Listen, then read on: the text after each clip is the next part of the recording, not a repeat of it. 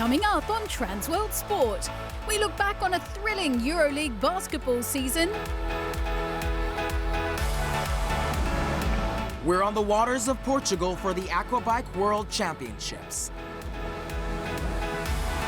In Germany, we meet the masters of the slacklining world.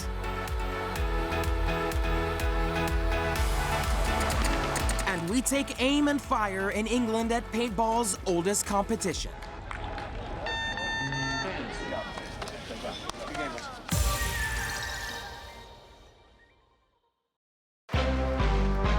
The 2018-19 Euroleague basketball season was full of drama and incredible action. 16 teams battled it out to make it to the postseason and secure a coveted spot in the Final Four. The season got underway back in October. And there's only one place to start our season review, and that's with the defending champions, Real Madrid. Oh, was it ever in doubt? Real won their opening game against new boys Darüşşafaka Istanbul.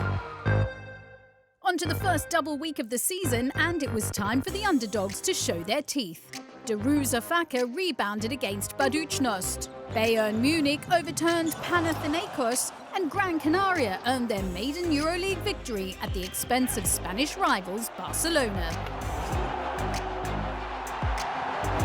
Would you believe it? Gran Canaria are gonna win! And as the bumper week came to a close, a transformed Anadolu Efes Istanbul edged a thriller at Khimki Moscow. Oh, that's unbelievable! Doğuş Balbay, that's a game winner. A week later, unbeaten Fenerbahce fell to high-flying Efes in an Istanbul derby. The man at the heart of the Efes ascendancy, Shane Larkin. The American is one of the Euroleague's most exciting players. His return from the NBA provided a much-needed spark to Efes. Individual brilliance from Shane Larkin. Scintillating basketball from Anadolu Efes Istanbul. This is a very high level player that knows to play NBA basketball and understands to play well also in the high level European basketball.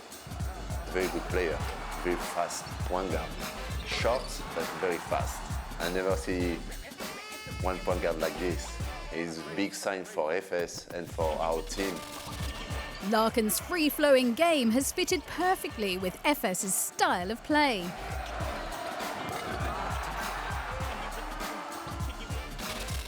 We're trying to build something that's going to go long, and we're not just trying to compete. We're trying to actually win this. So. It's important, and Shane is a big part of that. He's going to be controlling the team with his play. Obviously, they have some talent here, and they know what to do to get there, and I want to get to the Final Four. So I felt like if I could join this team with the talent they already had, we had a good chance. If I do. November began with a battle between Larkin's Efes and the rejuvenated force of Olympia Milan, who won by 1 point. At the buzzer, Mike James! Oh, Mike James! Oh, my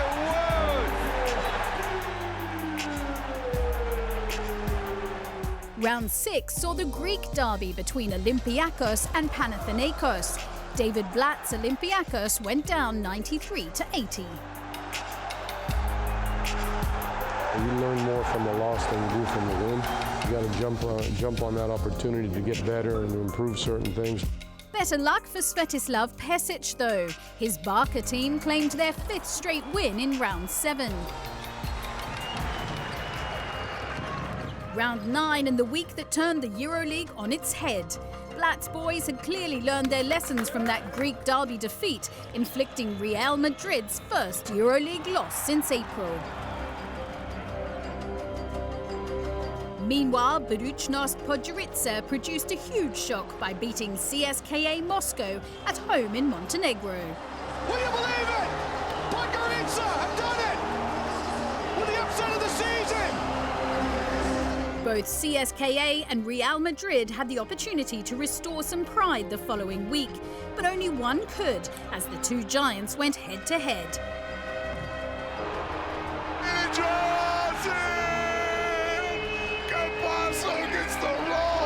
Are you kidding me? In the end, it was CSKA who triumphed, the champions humbled again. In round 12 and the welcome return of the Euroleague one-team game week, and fittingly, it was Derby Day. CSKA bagged bragging rights in Moscow, while in Madrid, El Clásico belonged to Real and their Argentine star, Facundo Campazzo.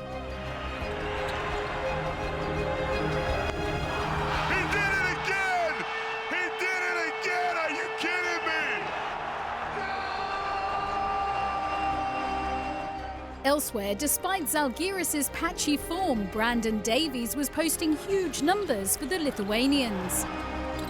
Fenerbahce picked up the pace in round 15, edging a nail-biting rematch of last season's final against Real. In his first Euroleague season, former American college coach Rick Pitino saw his new Panathinaikos side outclassed by CSKA. And as the dark European nights fell, Budućnost unearthed a rising star. 5 games ago, nobody even heard of this kid, but what a revelation he has been. 19-year-old centre Goga Bidatsi is the Euroleague's hottest young talent. I would describe myself as the guy who puts 100% on the court every single game. At just 16, Goga left his home in Georgia for Mega BMAX Basketball Club in Belgrade. It was really, really difficult first couple months for me, but I know that as I get older, I knew that you have to sacrifice something. Since then, Goga has enjoyed a seamless transition to the Euroleague. He's struck up a great partnership with another Podgorica newcomer, Norris Cole. We both came in at the same time. He's a big man who can run the court, who has great hands. You know, I definitely have a connection with him out there on the court. We're trying to help each other. Norris, me, we came in the half of the season and the guys helped us a lot to get used with the team. We have really good chemistry. I think we work really hard and I think it will pay off. Goga was awarded the season's Rising Star trophy. He has things that you can't teach. You know, you can't teach height, you can't teach instincts, and he loves to play. You can see when he's out there, he's playing hard on both ends. So he can do it all, and I'm looking forward to see how his career, goes.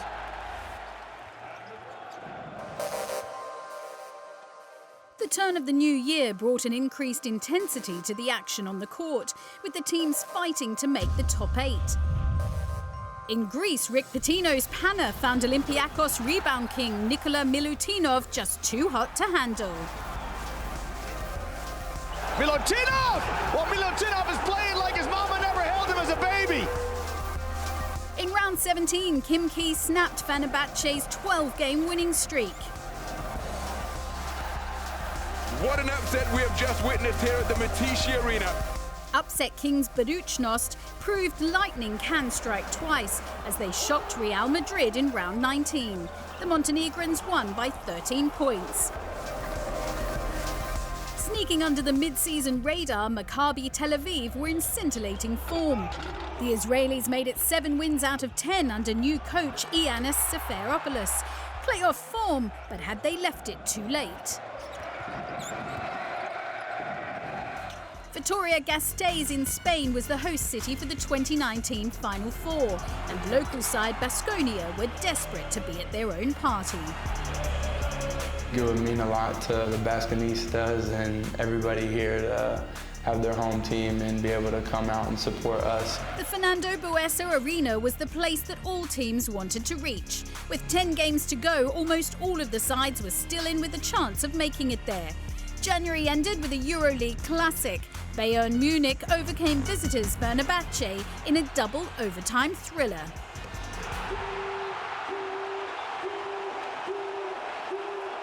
These are the type of games that when you're a little kid that you dream about winning, beating the best team in the league and at home, and and being in a playoff run.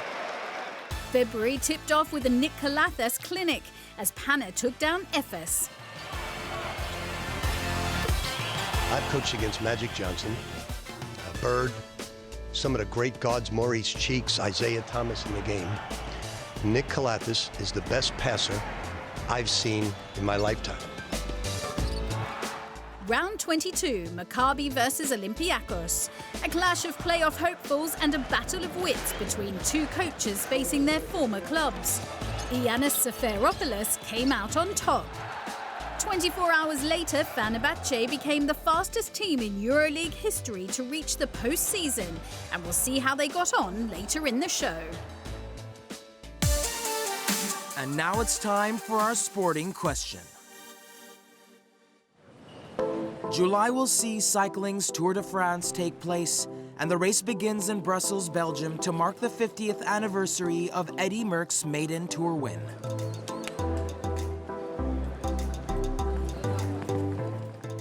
With four-time champion Chris Froome ruled out through injury, Italy's Vincenzo Nibali is one of the main contenders. The 34-year-old won the race in 2014, and he's one of only 7 men to have won all of cycling's Grand Tours. And it's the Tour de France which gives us the subject of our question. We'd like you to name the last non-European rider to have won the race.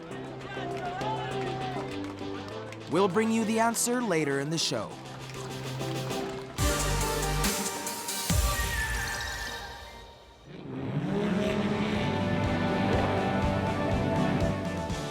Portimao in the picturesque Algarve region of southern Portugal was the location for the opening round of the UIM ABP Aquabike World Championships. Aquabike jet skis are personal watercraft vehicles purpose-built for racing and modified according to class.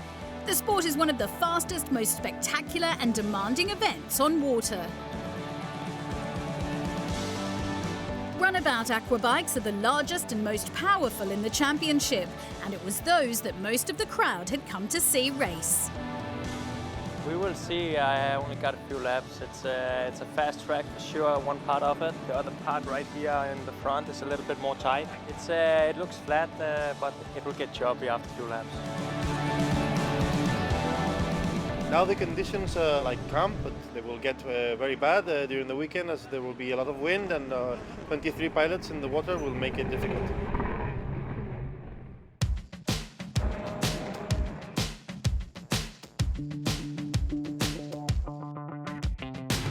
The Runabout GP1 is the blue ribbon event of each Grand Prix. In Portugal, there were 23 riders from 16 countries taking part. The 2018 world champion in the runabout category was France's Jeremy Perez. After 10 years of trying and on so many occasions coming close, the 32-year-old Frenchman finally realized his dream of becoming world champion at the final race of the year in Sharjah. Last year was good. I won the championship. It was fantastic for me, and we are here in Portimao, and we tried to get the maximum of points that we can do. But we work a lot this summer for try to make something very good, and we think to be ready for the race. Perez is one of the most popular racers on the circuit, and his championship win was applauded by many of his rivals. The man who Perez beat to the 2018 title was Youssef El Abdelrazig of Kuwait. The four-time world champion didn't give up his crown lightly, and he's determined to get it back this season. As usual, we trained very hard for the season. This year it's a five-round championship, a new location in Portugal. We're excited about the place. It's a very technical course, and we did the practice. It was very nice, and we do some adjustment to the ski, and then we will see how it goes after the pole position. Despite the absence of last year's world number 3 Lars Åkerblom of Sweden, there were still many here in Portugal who were capable and ready to beat Perez and El Abdelrazig. One such rider was Rached Al Tayer. The Abu Dhabi native displayed moments of brilliance last season, but suffered from erratic technical issues. While Åkerblom was absent, there were other capable Swedes here, including the father-son team of Johan and Samuel Johansson. Other riders to look out for this season include Christoph Augustin of Portugal, Polish ace Andrzej Wisniewski, Danish rider Marcus Jørgensen, and the newest addition to the runabout circuit and the first ever female runabout rider, Miami-based Colombian Andrea Dominguez. I really feel really good because it's one dream that I have like 15 years ago. So when the organization Aquabike called me and say, okay, Andrea, let's do it and be the first woman to compete in GP1, I just say yes because the world needs more women that be more stronger. The idea that the organization have is make a category of women GP1, so every woman can do that. We can whatever that he wants. So let's do it and let's start. And we make a women's category in GP1. And so it was time for the races to start. 15 laps of the course lay ahead. Each lap of the River Arade circuit was 1,500 metres and conditions were good. With the riders reaching speeds of 170 kilometres per hour, crashes often happen, and Rasmus Koch Hansen was an early casualty. Rached Altaya made the best start, coming from 4th to overhaul Youssef Al Abdelrazak and Jeremy Perez. Abdelrazak hit trouble on lap 4 and he started to drop back. Mechanical issues would end his podium chances.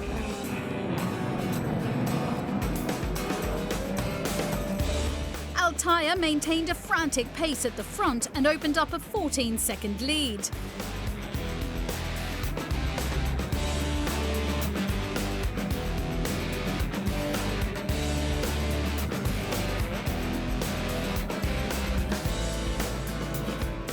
But on the closing laps, Jeremy Perez made his move and he started to reel in Altaya.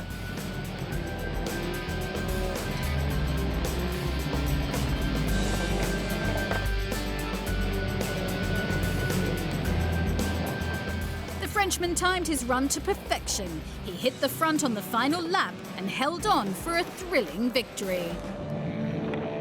Good, I'm very happy.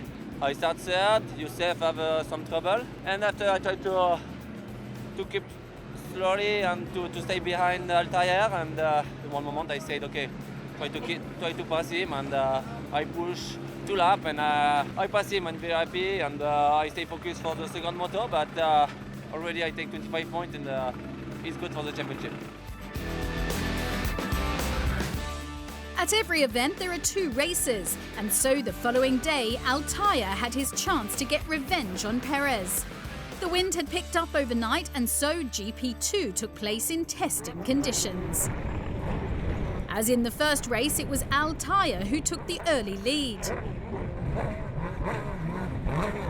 Jeremy Perez gave chase, but found it tough on the choppy waters. Sweden's Samuel Johansson finished 3rd in race 1, and he would secure that same result in race 2. Meanwhile, the bad luck continued for Youssef Al Abdelrazak. He suffered engine problems yet again and had to withdraw from the race. It was a disappointing sight to see the 4-time world champion being towed to the shore.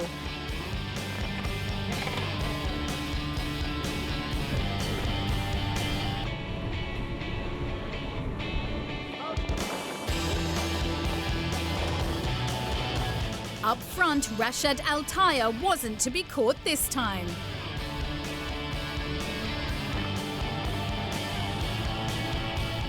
He claimed victory with Jeremy Perez in 2nd.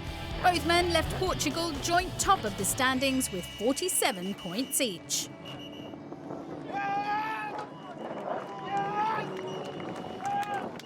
Discussed with my mechanic to make my boats more stable in this weather. And I test my boat, it will be very good, and we'll start to the race. I take the whole shot, and I will lead the race. After that, it's too hard to pass anybody, but I lead the race. I keep my boat safe until then. We'll bring you more from the Aqua Bike World Championships as the season progresses.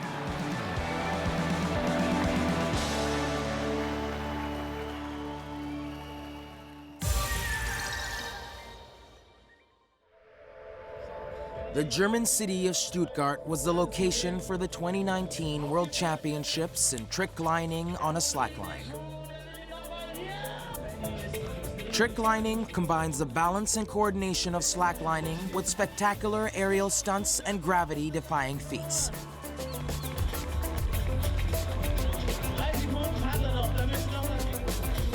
Competitors are judged on number of rotations, the style of their tricks, and on the variety of combinations that they perform.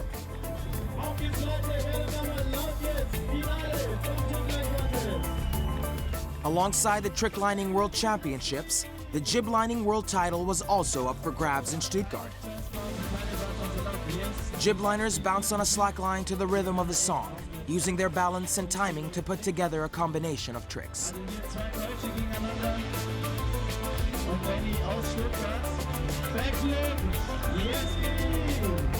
Brazil's Pedro Rafael was the star of the show.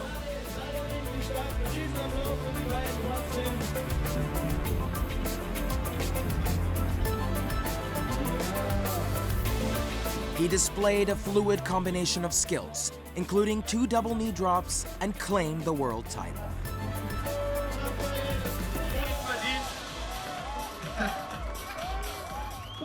After a weekend of fierce trick lining competition, only 4 athletes remained.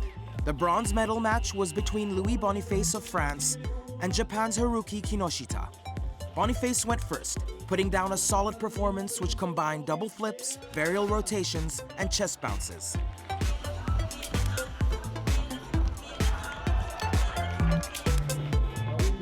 The pressure was on Kinoshita, but he remained calm and responded with a succession of clean grabs, double tricks, and confident landings.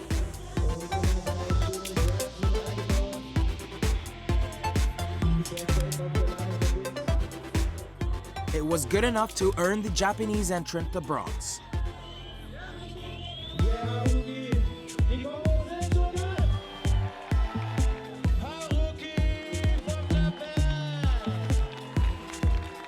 The surprise performance at this year's competition came from Brazil's Ranley Freitas, who was competing in Europe for the first time.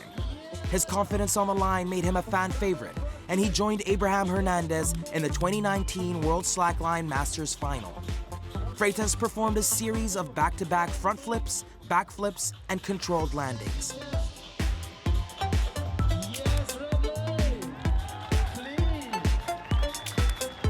Abraham Hernandez knew that he would have to pull off something special to beat Freitas' high score. And the 32-year-old from Chile did just that.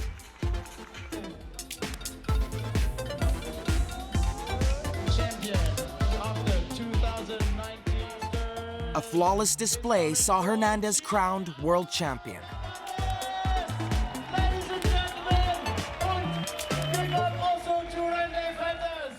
Time now for Sporting Heroes.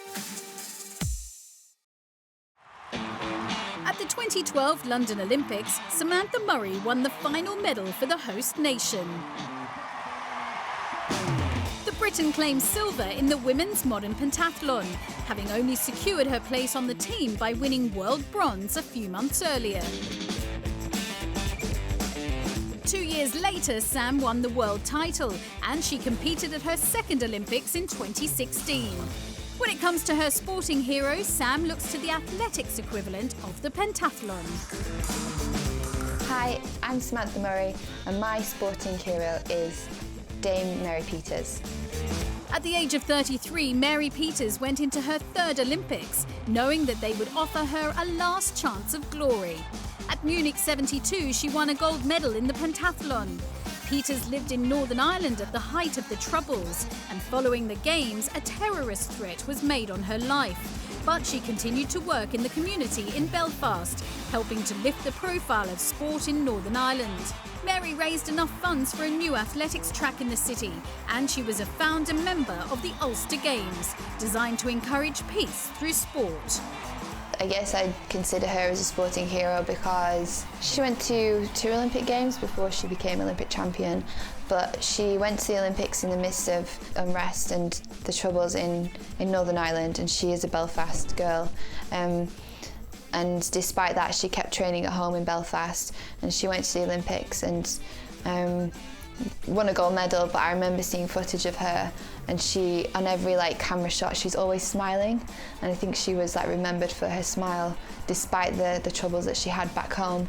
And I remember that kind of resonating with me a bit, thinking, you know, the Olympics and sport, it means lots of different things to people, but it can also just be about being happy and being carefree, and bringing a sense of unity without any politics or personal conflicts.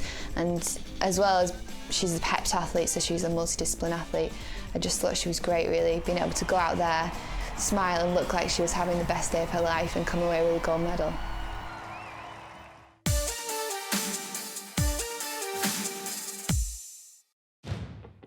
This year's World Rallycross Championship is hotting up. A short, sharp blend of circuit and off-road racing, Rallycross is the ultimate test of driver and machine. Round 5 of the 2019 series saw the drivers head to hell in Norway.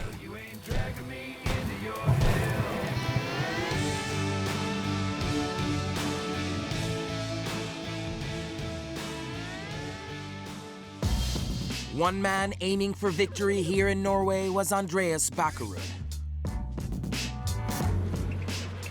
The Norwegian has finished on the podium more times than all but 2 drivers in rallycross history. However, he was without a win since November 2016 heading into his home race. Bakkerud sat 3rd in the overall standings heading into the round, just behind the Swedish brothers Timmy and Kevin Hansen. If you look back on the races where I have performed well is when I have had a lot of pressure. So I'm a typically guy that needs a lot of pressure to do well. I feel the hunger and the need for a win. It's been ages ago. Before 17, I would always win a race. But no, I haven't won anything since November 2016 Argentina. Yes, I know. It's about time. I'm 11 points behind Timmy, and I know that I let him win way too easily in Silverstone, so I want to have a revenge. Nobody has had it worse than Niklas Gronholm recently, though. He was here, despite just having had a bout of appendicitis. 1 week ago, I was still in the hospital, but yeah, now it's getting better, and I'm, physically feeling like normal again, so it's good. Quite difficult to say where we are after being so sick and away for 6 weeks. So, my expectations are quite low, but for sure we will try to do our best and win the race. That's always the target when you come racing. Give it maximum in every situation. Gronholm won the first of the semi-finals, while Andreas Bakkerud also progressed to the day's big race. The heavens opened in hell for the final, making for challenging conditions on the track. Oh, Abring out to take the clutch. Doran's gone backwards. Gronholm with a good start. Abring's in between the Kevin Hansen, slots up behind the 2. Doran going to get the whole shot. Surely going to go Joker. Liam Doran goes Joker. Mark Baumann is trying to go around the outside. Gets a little nudge in the side. Gets a push from Mark runs wide. Abring up the inside of Gronholm. Kevin have a look up the inside of Gronholm too. So Gronholm's lost out in turn 2. Kevin Abring leads on his debut in the World Rallycross Championship, but Liam Doran has choked and is in the lead of the 3 cars that have done that. Debutant Kevin Abring was quickest early on, with Gronholm and Bakkerud further back. Kevin Abring is leading the final on his debut. The gap though back to Doran now is 3.2. It's seesawing like mad between these 2. Gronholm sideways on the exit. Liam's closing up to the back of them. This is unbelievable. The tension in the spotters tower is incredible. I just don't know what they would be saying to these guys. What's the gap now? Abing crosses the line. Liam Doran is how far? 1.8 behind. Liam Doran is 1.8 behind. Abring's gone Joker. Gronholm up the inside of Kevin Hansen. Gronholm's going to nick the spoils. Kevin's on the inside. Liam Doran coming round. Got to watch out for these two. They're going to come back on the track. They won't even know Liam's there. Liam Doran took the lead. Kevin Abring's dropped back as well. Yannis Baumanis has gone through. Kevin Hansen and gone on to go to the Joker now. Yeah, they have to get in the Joker lap, but it's not going to be enough time. We're going to see them dropping back. They're sideways and wide. Anton Markin's gone through and he's got an absolutely massive lead. Oh, this is unbelievable. Anton Marklund claimed his maiden win on his 47th World Rallycross appearance. However, the Swede failed a technical post-race inspection, while second place Kevin Hansen was adjudged to have made illegal contact during the race. The man who stood on the third step of the podium on the day, Nicholas Gronholm, was later promoted to first.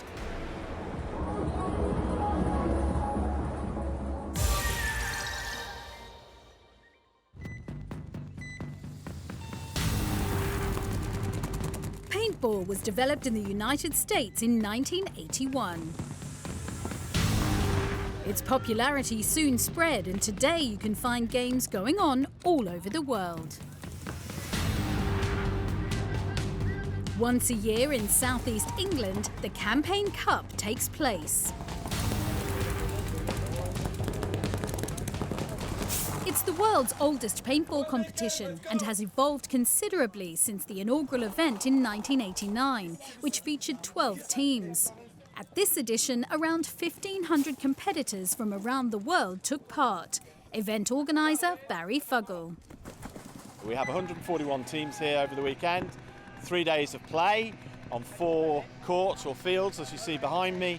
We've got teams from about 42 nations here, from as far away as Panama, one from Australia, South Africa, every European country, and of course including the UK here.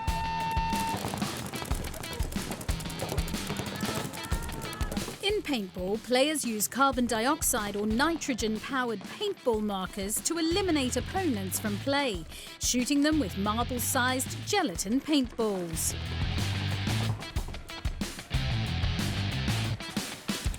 It's like a super fast game of chess, where the players are the pieces and the bunkers that you can see behind me are the playing board. The guys here have got to think fast, they've got to work together as a team, and they've got to outmaneuver their opposition, as simple as that. Ryan Moorhead travelled over from the United States to compete at the event. We're gonna be up, guys, let's go. It's a lot more intense game of chess, but I mean, you still have the mental moves, and every move that gets made, there's counters to that. So you have to have the field vision to see it all, but when you really break it down, it does compare to chess a lot. I think what hooked me is the adrenaline factor. I mean, you go out there and it takes a lot of different things to be good at this game. It's a mental game as well as a physical game, and you put that all together with people shooting these paintball markers at you, it's pretty intense. Once we start the game, a lot of it comes down to communication and teamwork on the field. So the better you are at communicating and getting that across, the better team you'll be. Points are scored when a player reaches the opposition's flag station and presses the buzzer without being hit.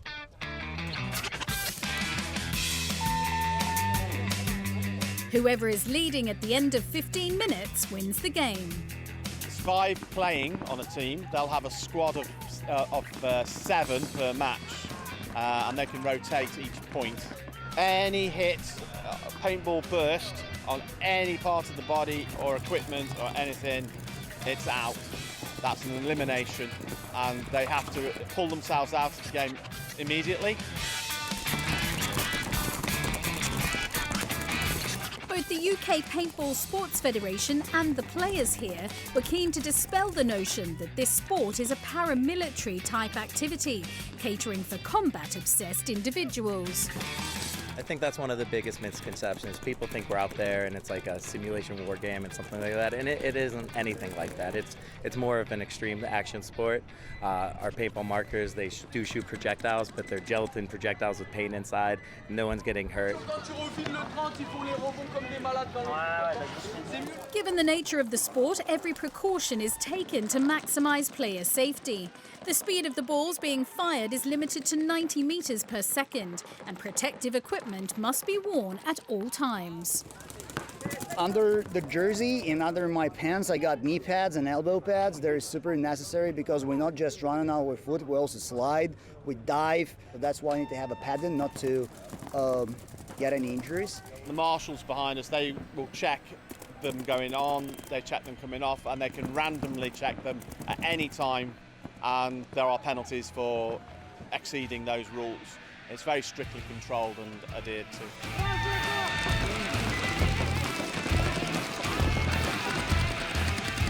The competition's climax saw Canada's Edmonton Impact take on the Russian Legion from Moscow. Edmonton edged the final by 4 points to 3, sealing victory in the final minute.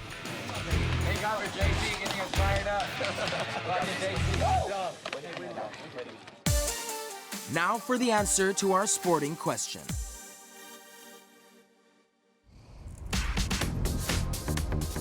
Earlier, we asked you to name the last non-European rider to win cycling's Tour de France. The answer is America's Greg LeMond, but his 1986 victory was far from a formality. Having helped Bernard Hinault to a record-equaling 5th Tour de France triumph the previous year, LeMond expected his La Vie Claire teammate to repay the favor and support him. However, Hinault had other ideas. He rode off the front in the early mountain stages and gained a 5-minute, 25-second advantage in the general classification. At the time, the Frenchman insisted his attacks were merely attempts to wear down LeMond's challenge for the yellow jersey. He wouldn't admit that he was trying to win. He always tried playing it like he was doing it for my good, for the press. There were two sides of him. One that would talk to the press, and the one that was, would say straight to my face, tomorrow's going to be a battle. LeMond slowly regained time and took the Maillot Jaune on stage 17. But it didn't stop Hinault trying to pursue an unprecedented 6th Tour victory. There was one famous stage in L'Alpe d'Huez. Although it was sincere at the moment, we came hand in hand across the finish line. I let him win the race, and that same night, right after the race, he stated that the race wasn't over, and he felt confident he could take back 3 minutes on me in the time trial, and that he still felt he could win the Tour de France. LeMond held his nerve in the final stages to finish the Tour 3 minutes and 10 seconds ahead of Hinault. The American's first Grand Tour win was supposed to mark the start of a period of domination. But in 1987, LeMond was involved in an accident back home in California. Whilst out hunting with his family, he was mistakenly shot in the back by his brother-in-law and almost died. I couldn't breathe. I could feel myself all of a sudden. I obviously was in shock, but I started feeling myself get dizzy. Started losing it, like I was really getting tired. But I kept saying, my first instinct was, I gotta see my wife. I've gotta see my kids. Greg underwent surgery to stop the bleeding and to remove buckshot from his liver, kidneys, and lungs. To this day, over 30 shotgun pellets remain lodged in his body, including 3 in his heart. LeMond went on to win the Tour de France again in 1989 and 1990.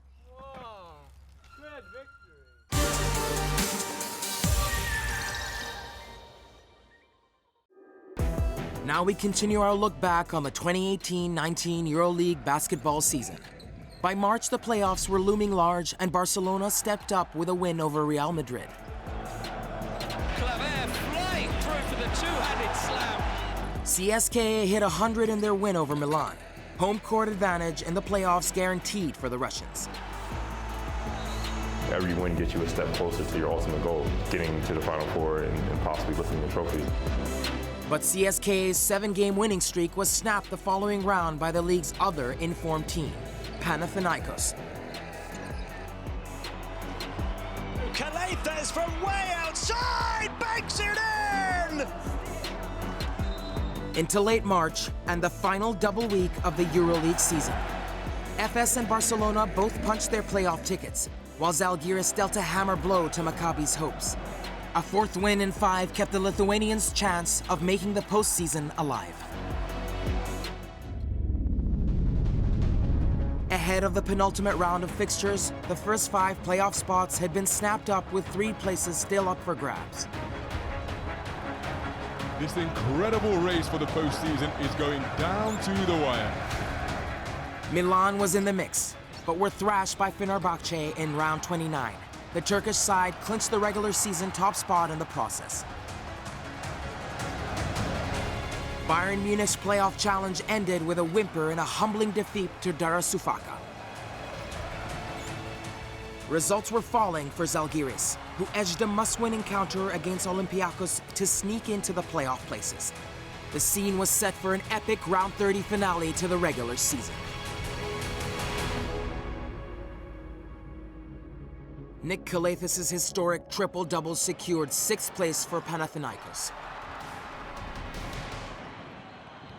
The equation simple, Pana plus Kalathis equals playoffs. Milan's defeat to Efes saw them eliminated and Baskonia qualify, and the door was open for Zalgiris to achieve the impossible. And incredibly, the Lithuanians beat Real Madrid to clinch a playoff spot. Who said mission impossible? So another enthralling regular season ended with Fener top of the pile, setting up a mouth-watering clash with Zalgiris. CSKA Baskonia, Real Pana, and Efes versus Barca completed the playoff picture.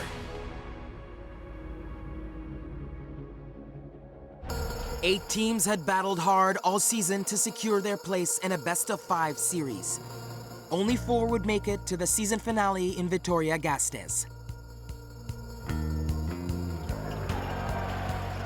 Home court advantage was used to full effect in Game 1.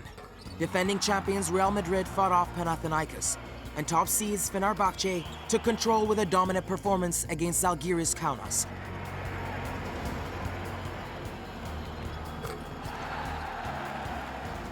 The wheels have completely come off for Zalgiris Kaunas. Across town, Anadolu Efes Istanbul toppled Barcelona. Serbian guard Vasilij Micic hit 21 points.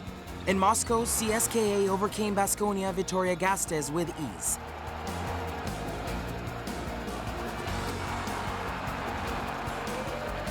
We know that this is just 1-0. I don't see the trophy, am I right? It's just 1-0. So on to the second game. Geraint's another 3. That ball is money. Baskonia, Barcelona, and Zalgiris all secured vital away victories in Game 2. 3 ties even. Real Madrid were the only side to win on home court in Game 2. The defending champions went on to win Game 3 in Athens, becoming the first team to secure their spot in the Final Four. Los Blancos are the benchmark. Real are roaring towards Vitoria-Gasteiz. I'm very proud of my players, very proud of my team, and I'm very happy, of course. Game 4 was an opportunity for Fenerbahce and CSKA to claim their places in the Final Four. Fener did just that in Kaunas, with Ali Mohammed delivering one of the best performances of his career.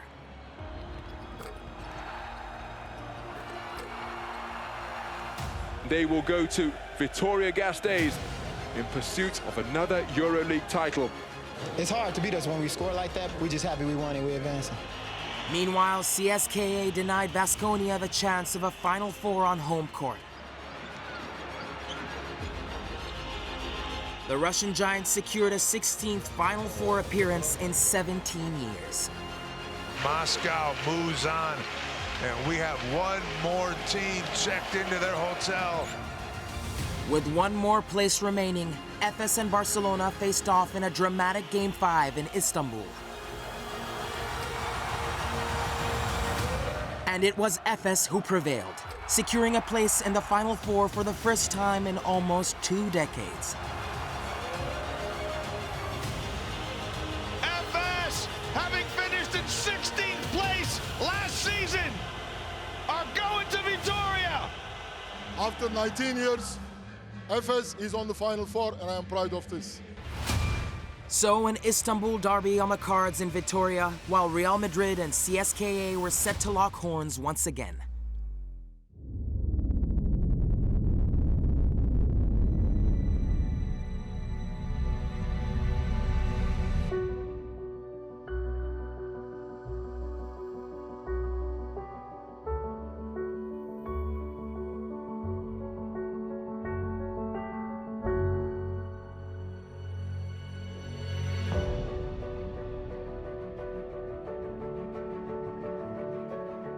First up in Vitoria, Fenerbahce and Anadolu Efes. Who will get it right between the two top shooting teams in the tournament? So Slukas pulling up for three, and he finds the range. Fener weathered the early Efes storm to end the first quarter in front. But from that point on, there was no holding Efes back. Larkin kicks to Anderson for three, who is clobbered to the court. A potential 4-point play. Shane Larkin is in the zone and is continuing to torch Fenerbahce Beko Istanbul. Larkin pulling up. Come on! And he is playing basketball out of this world. Anadolu Efes have gone through to the championship game. The two most decorated princes of European basketball start their quest to wrest another European crown. Here's Fernandez! Oh, my! Whoa! Andy Tavares with another block! In the Real CSKA clash, Madrid led, but were then reeled in by the Russian side.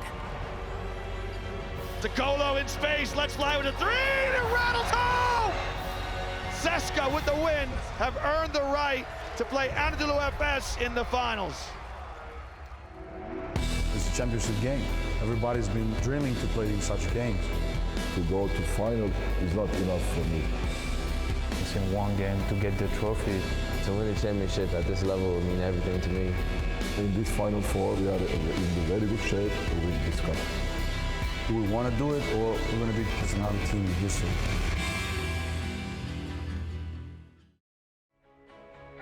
Seven-time champions CSKA Moscow took on an Efes Istanbul side playing in their first championship game. The inbound, Decolo. Upstairs it goes to Othello Hunter, who soars high and hammers it home with two hands to tie the game at 12. So Rodrigue Beaubois rifles one home from downtown. Wide open for three is Will Clyburn. The ball is in the hands of Larkin, nobody defended him, and he buried the three-pointer to beat the end of quarter buzzer. Anadolu Efes are right back into this game. Oh, Brant Dunstan goes strong and hammers it down. We're at the 2-minute mark in the championship game of the 2019 Turkish Airlines Euroleague final.